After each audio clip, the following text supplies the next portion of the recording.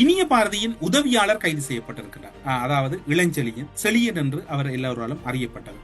இவர் தொடர்பான தகவல்கள் கூட இப்போது பலத்த அதிர்ச்சி ஏற்படுத்தி இருப்பதாகவும், இனிய பாரதியின் விவகாரங்களை நேரடியாக ஏற்றி இறக்குவதோடு சில விடயங்களில் நேரடியாக தொடர்பட்டிருப்பதற்கான ஆரம்பகட்ட வாக்குமூலங்கள் பெறப்பட்டிருப்பதாகவும் கொழும்பு தகவல்கள் தெரிவிக்கின்றன.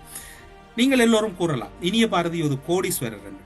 இனிய பாரதியிடம் பல சொத்துக்கள் இருக்கலாம் என்று. ஆனால் அவரிடம் அவர் பயன்படுத்திய வாகனம் தவிர எந்த ஒரு சொத்துக்களும் அவருடைய பெயரில் இல்லை என்று கொழும்பு தகவல்கள் கூறுகின்றன.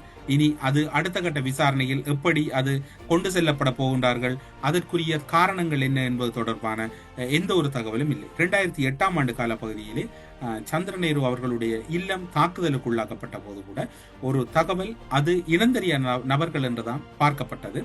முதற்கட்டமாக இப்போது வடக்கு கிழக்கிலே அரசியல் பிரமுகர்கள், அரசியல் முக்கியஸ்தர்கள் மற்றும் ஊடகவியலாளர்கள் மீது படுகொலை செய்ய காரணமான இனந்தெரியாத நபர்களை இயக்கியவர்கள் யார், அந்த இயக்கியதன் பின்னணியில் செயற்பட்ட முக்கிய பிரபலங்கள் யார் என்ற தகவல் தான் இப்போது தேடு பொறிக்குள் அதிக அளவில் முக்கியமாக சிஐடியினர் கவனித்து வருகின்றார். இன்னும் ஒரு முக்கிய விடயம் பேசப்படுகின்றது. சீலன் என்பவர் கைது செய்யப்பட்டிருப்பதாக கூறப்படுகின்றது. அதே போன்று நேற்று முன்தினங்கள் கூட சில இரகசிய கைதுகள் மட்டக்களப்பு மாவட்டத்தில் இடம்பெற்றிருக்கின்றன. விமான நிலையம் உசார்படுத்தப்பட்டிருப்பதான தகவல்கள் எல்லாம் பரிமாறப்பட்டது. இப்போது பலர் தாங்கள் இருக்கின்ற இடங்களிலேயே அதிக அளவில் மறைந்திருப்பதாகவும் அல்லது தனியாக சென்று அவர்கள் தங்களுடைய தொலைபேசிகள் அல்லது தொடர்புகளை துண்டித்திருப்பதனால் சில விசாரணைகளை முன்னெடுப்பதில் குற்றத்தடுப்பு புலனாய்வு பிரிவினர் சற்று பின்னடைவை கண்டிருப்பதாக கூறப்படுகின்றது. இப்போ தொடர்ச்சியான கைதுகள் இடம்பெறுவதனால் பலர் இலங்கைக்குள்ளேயே மாறி சில இடங்களில் ஒளிந்து கொண்டிருப்பதாக கூறப்படுகின்றது.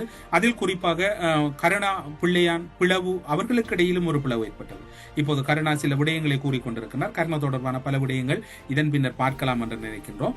ஏனென்று சொன்னால் கருணா பிள்ளையானின் பிளவின் பின்னர் பிள்ளையானோடு அதிகளவான ராணுவ பிரிவுக்கு பொறுப்பானவர்கள் சென்றார்கள். இந்த ராணுவ பிரிவுக்கு பொறுப்பானவர்கள் அவர்களுக்கு கீழ் ஒரு அணியை செயற்படுத்தி இருக்கின்றார்கள் தனித்தனியாக. கிட்டத்தட்ட பிள்ளையான் ஓர் அணியாகவும் அவர்களுக்கு கீழ் இருந்த ராணுவ பிரிவினர் ஓர் அணியாகவும் அவர்களுக்கு கீழ் இருந்தவர்கள் ஒரு குட்டி ராஜாங்கம் நடத்தியதான தகவல்கள் இப்போது கிடைக்கப்பட்டிருக்கின்றன. கடத்தல்களுக்கு அப்பால் பல மோசடிகளையும் பல கொள்ளைகளிலும் ஈடுபட்டதான தகவல்களும் இப்போது விசாரணையில் ஏற்படுத்தப்பட்டிருக்கின்றன.